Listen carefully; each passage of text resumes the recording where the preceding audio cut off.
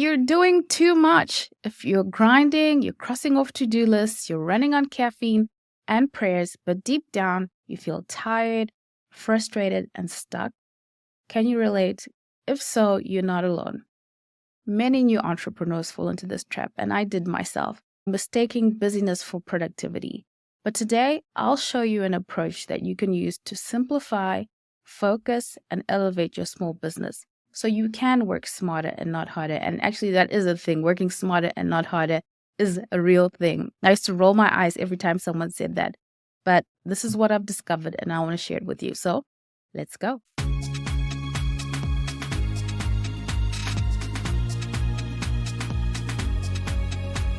It's time to reinvent. So when I started my small business, I was all over the place. I was trying to do it all. Marketing, client work, admin, social media, like everything. And guess what? I got stuff done. I was doing a lot, but I wasn't really moving forward. And that's because being busy isn't the same thing as being productive. And what I discovered is that when we work without focus, we drift instead of drive. And as entrepreneurs, we don't just want to move, we want to move with purpose. The problem is we've been conditioned to follow someone else's agenda. From school to corporate jobs, we've always been told what to do and when to do. And now all of a sudden, as an entrepreneur, we have full control.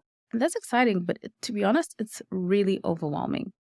I found that one of the hardest shifts of calling yourself an entrepreneur, diving into entrepreneurship, is being responsible for designing your work day. And it's hard because when no one's telling you what to do and no one's setting a deadline, no one's telling you that this has to happen before this because somebody else needs it. Create order and structure in how you spend your day for you to be productive and not just busy. Because there's a lot of things that you can do as an entrepreneur, but not everything elevates your business, helps you to be productive, to be fruitful, to be profitable. All of a sudden, you have all this time and it's your time to use as you please. And what we do is we copy and paste our 9-to-5 lives into entrepreneurship.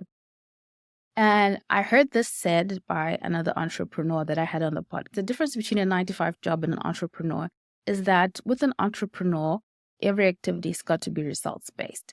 Whereas in your 9-to-5 job, there are certain times where you don't feel too great that day. You can spend the day doing admin things that don't necessarily create results, but you're guaranteed at the end of the week, at the end of the month, you will still get your pay. And once you step into entrepreneurship, if you spend your time the way you do in a 9-to-5 way, because there is a huge team and other people have other tasks that create value, even if on that day you're not creating any value for the organization, it's not a big loss. But as an entrepreneur, you lose that ability to lean on a team in the beginning. So everything comes down to how are you going to create results each and every day, which is a big shift I found for myself. Let me know in the comments how you took that shift. Okay, now I have to focus on activities that are results-based. I can't just cross off the to-do list and get a dopamine hit from getting a lot of things done. And copy and pasting that work structure of an organization into your entrepreneurship life will not get you to your vision of building a business. So here's where we need a mindset shift. So instead of trying to do everything, we need to slow down. We need to slow down to elevate. It's time to apply strategy to our business. And one of my favorite business books is Blue Ocean Strategy. I've covered the book on the podcast before, and I'll put a link in the description if you want to listen to a quick summary. A simple but powerful framework. It talks about having 4 actions.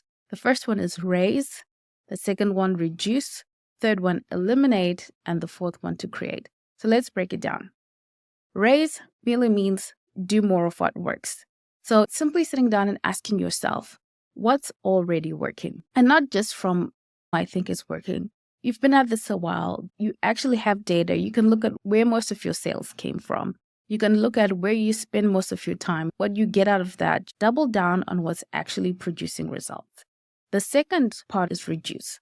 Do less of what drains you. If you're spending a lot of time on tasks that can be automated, that can be outsourced, or that can be streamlined, time to simplify. If you need to create a system, if you need to look at the SOPs that you've already put in place and think about how to make that simpler so that you reduce that sort of time wasting and energy wasting and resource wasting.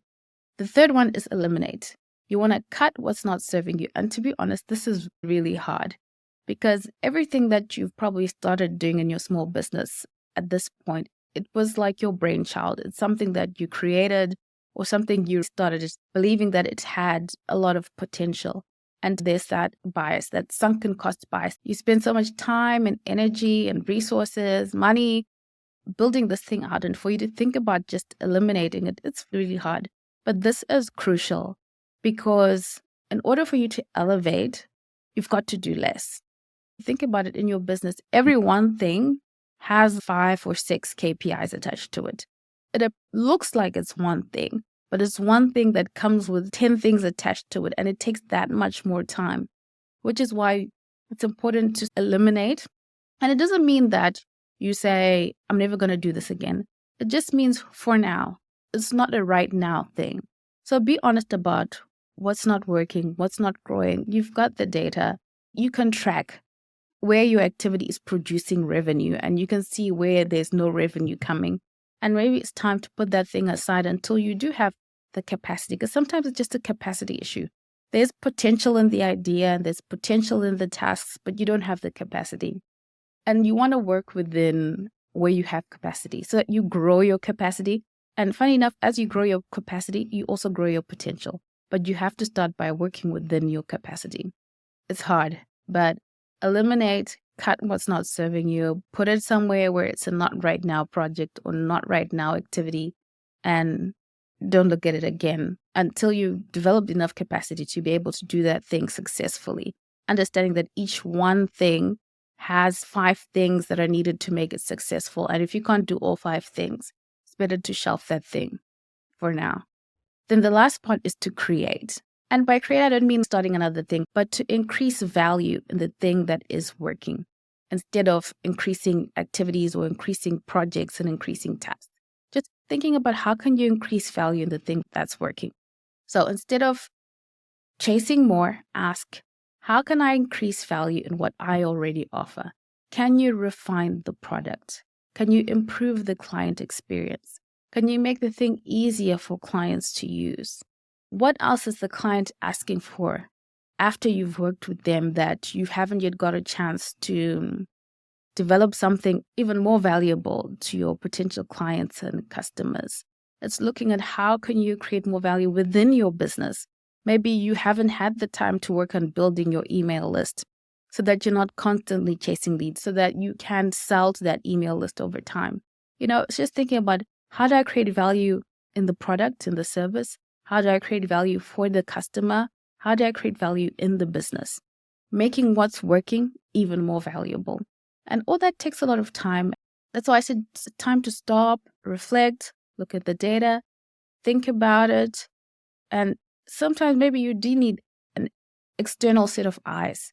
But sometimes some of the things are just glaringly obvious that, 3 people have asked me for this, and I just haven't found the time to look into what they were talking about, but they were telling me what they wanted. I wonder how many more people would appreciate this, if this would create more value within this service, within this product.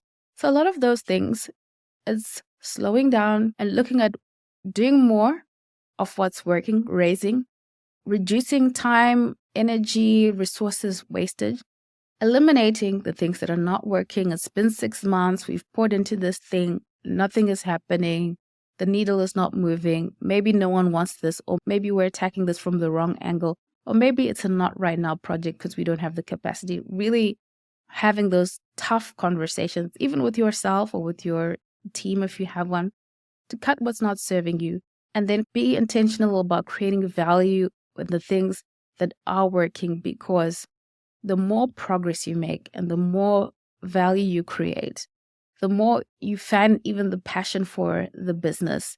Because if you keep doing too much for too long, eventually it's not sustainable. You burn out, you lose steam, you're not making enough progress, and eventually you tap out.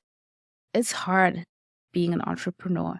I had to do too much to get the momentum going, but now I have some data to help me to focus on the things that have bloomed from where I put my energy. Because success does leave clues. I hope that this helps you. For my Christian entrepreneurs, success isn't about hustling harder. In the kingdom, success is about partnering with God. And Proverbs 16:3 tells us, commit to the Lord whatever you do, and He will establish your plans. Before you take on another project, take on another activity, pause and ask, God, what do you want me to focus on? How can I create more value in serving your people? Because when we move with God and when we work with grace and not grind, there's a promise that where you sow, you will reap.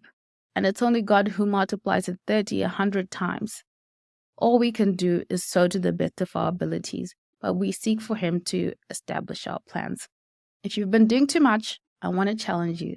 Take a step back, apply the raise, reduce, eliminate, create method from Blue Ocean Strategy. Take the time to read the book. I'll link a summary in the description so that you can listen to the summary that we made. It's a really fantastic book that's really simple to get us to be thinking strategically about the things that we're doing now that we have some data from getting started. Drop a comment below. What's the one thing you need to eliminate from your business right now? Because I think that's the hardest, but sometimes we know. What's that thing that you love to do that really it's not helping you right now? So what's the one thing that you need to eliminate from your business right now? And if this resonated with you, please hit the like button, subscribe for more faith and business nuggets, and I'll see you in the next video. Thank you for watching.